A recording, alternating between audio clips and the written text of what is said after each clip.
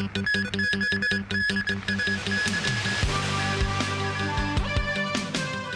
of the new taxi fleets begins operations this evening. Chinese rescue teams free several survivors from earthquake-toppled buildings in Myanmar.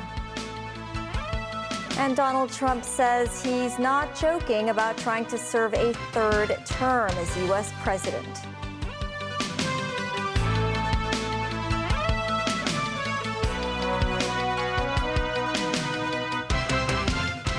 Hello and welcome to TVB News. I'm Melissa Hekalea. The new taxi fleet Joy will begin operating this evening. Joy's operator Taiwo Management says 200 taxis will be initially available during its trial run. Joy is one of 5 new taxi fleets that received licenses from the government last July. Mimo Singhai reports. These deep orange vehicles are Joy taxis, a mix of hybrid, electric and wheelchair-accessible cars. Starting on Monday evening, people can ride in the new vehicles by booking them on the company's taxi app. While the fleet consists of 800 vehicles, its operator, Taiwo Management, said only 200 will hit the road during the first phase of the trial operation. Joy's management company said they are in the process of recruiting drivers for the fleet. Fleet drivers will receive monthly base salaries, but additional money they earn from rides will need to be given to the company. However, drivers can accept orders from other taxi platforms.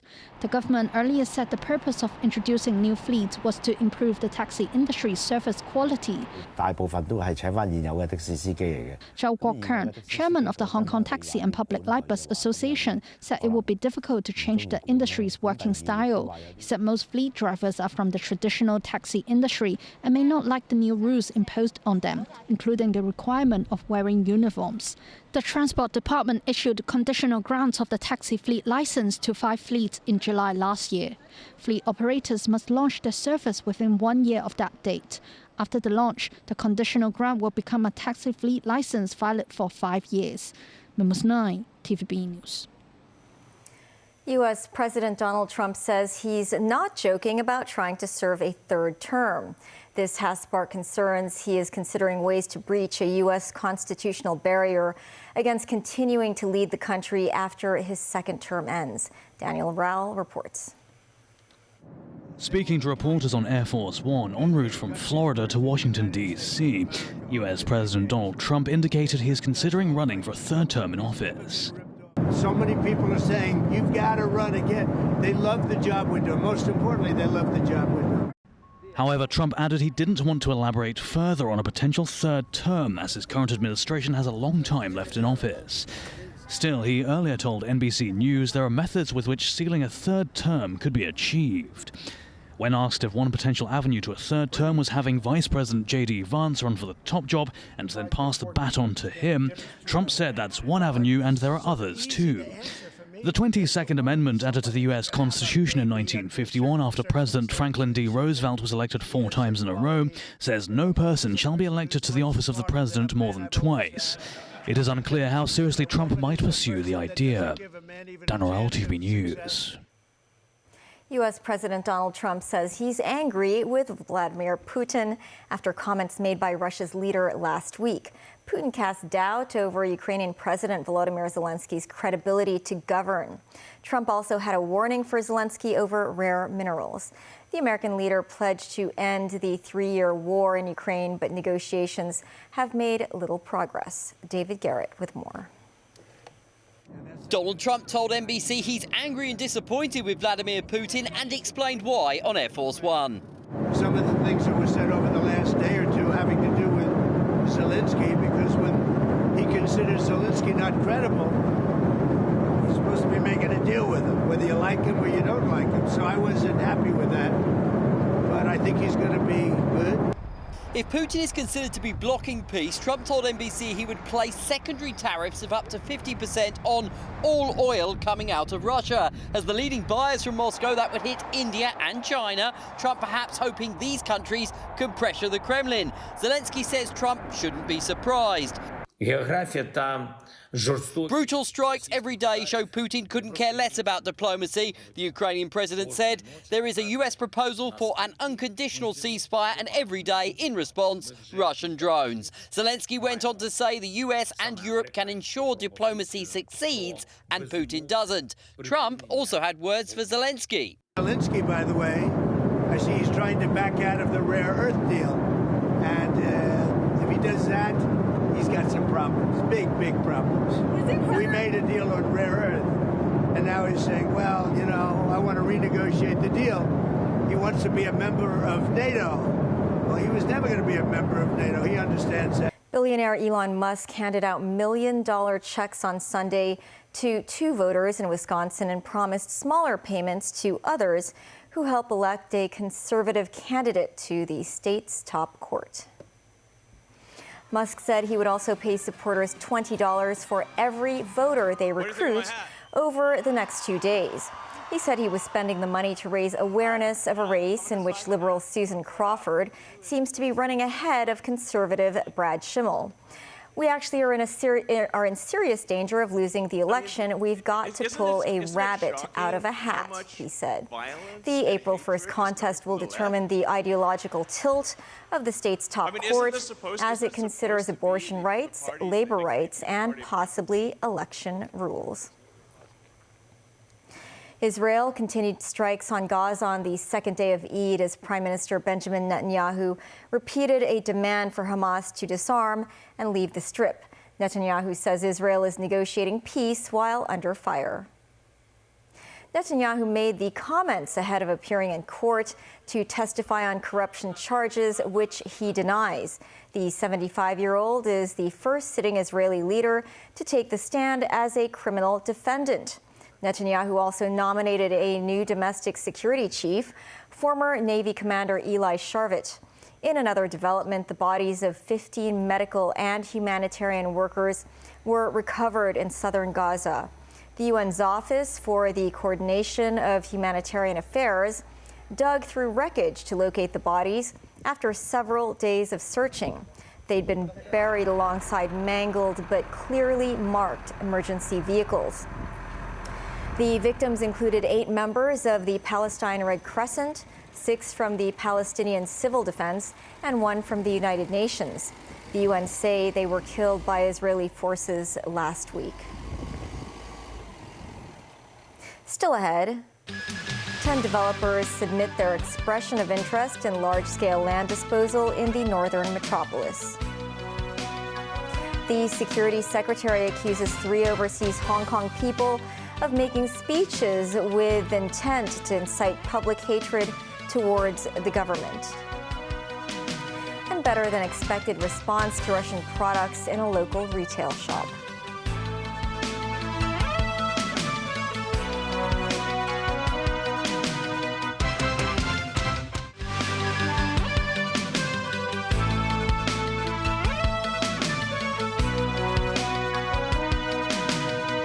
Welcome back. A Chinese rescue team has freed 4 survivors from the rubble of several buildings in Mandalay, Myanmar's second largest city, 3 days after a massive earthquake killed around 2,000 people. Searchers in Myanmar and Thailand are in a race against time to find more survivors. This as China has also sent its first batch of relief supplies to Myanmar, and Hong Kong has sent a team to assist in search and rescue operations. Tracy Furness has more. Shortly after midnight Sunday, a search and rescue team from China pulls a woman from the rubble of the Great Wall Hotel site in Mandalay after being trapped for nearly 60 hours.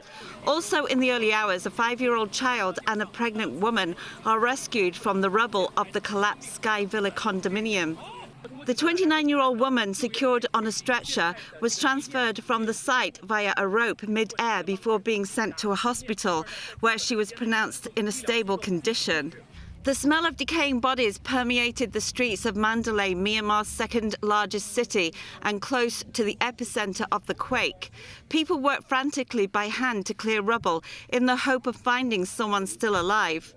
Chinese expatriates and residents in the country volunteered to coordinate large-scale relief operations to communities affected by the quake. They swiftly organised aid networks established over a dozen volunteer groups and fundraising channels to deliver critical supplies to hard-hit regions.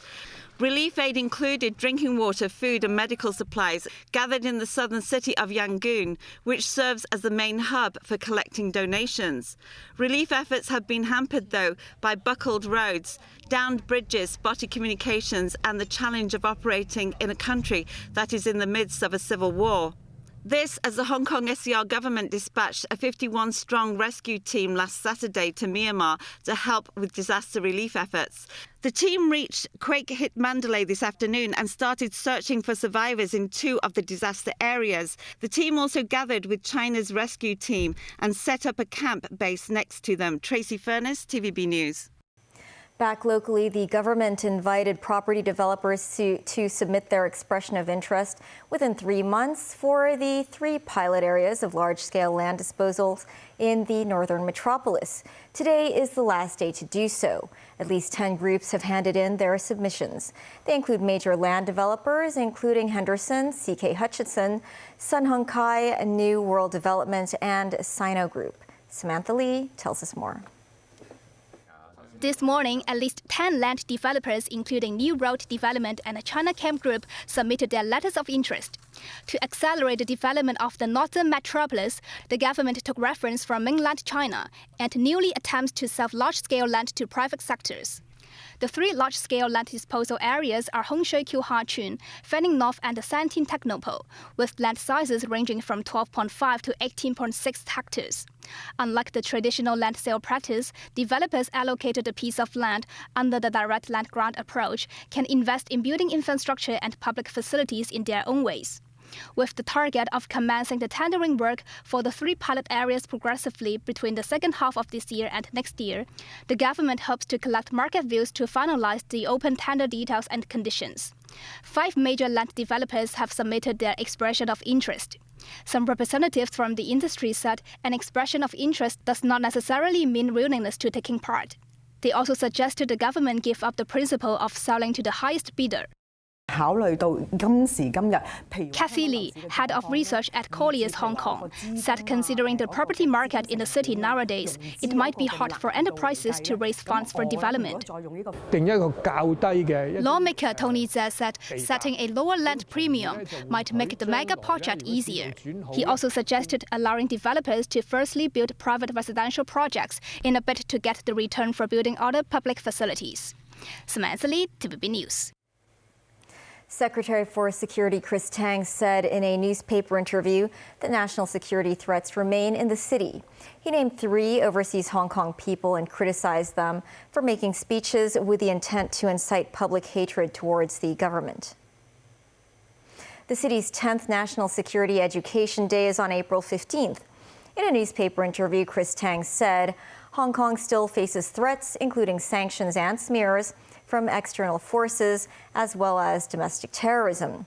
Tang criticized Yung Wing Yu, a former Hong Kong Examinations and Assessment Authority history manager, for setting an exam essay question in 2020 on the topic of Japan's invasion of China.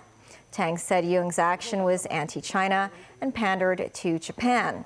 The other 2 named individuals are Chung Kim-hwa, the previous deputy head of the Hong Kong Public Opinion Research Institute, and current affairs commentator Shu Yuk-yun. Tang said the 2 had applied similar tactics to incite anti-government sentiment. As ties between China and Russia grow stronger, a store selling Russian products has recently opened in Hong Kong.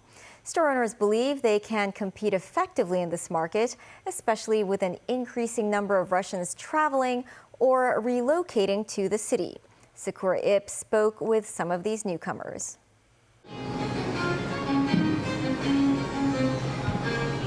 After living in Singapore, Malaysia, Indonesia and Thailand, Russian artist Svetlana has now settled in Hong Kong for nearly 6 months, and opportunities are beginning to unfold. She is collaborating with various galleries, with her works being exhibited in Japan and South Korea. Hong Kong, one of the best cities because of creative environment, creative people and a lot of opportunity for artists. If compared with Russia and other countries I live, Hong Kong is the best place for me to reach art collectors, art lovers from other countries. And it's good to expand my career here. According to the Russian consulate in Hong Kong, there are roughly 2,000 Russians residing in the city, and Hong Kong Tourism Board figures shows that over 11,000 Russian travelers visited the city in February. That's a 10% increase compared to the same period last year. The ties between Hong Kong and Russia in trade have been growing stronger. According to government's figure, Russia's trade turnover with SAR was $5.8 billion in 2023, showing a growth of around 50% compared to 2022. In mid-March, stores selling Russian goods opened in Mong Kok, featuring popular items such as caviar, one of the locals' favorite, and chocolate, which quickly sold out. One returning customer was a student.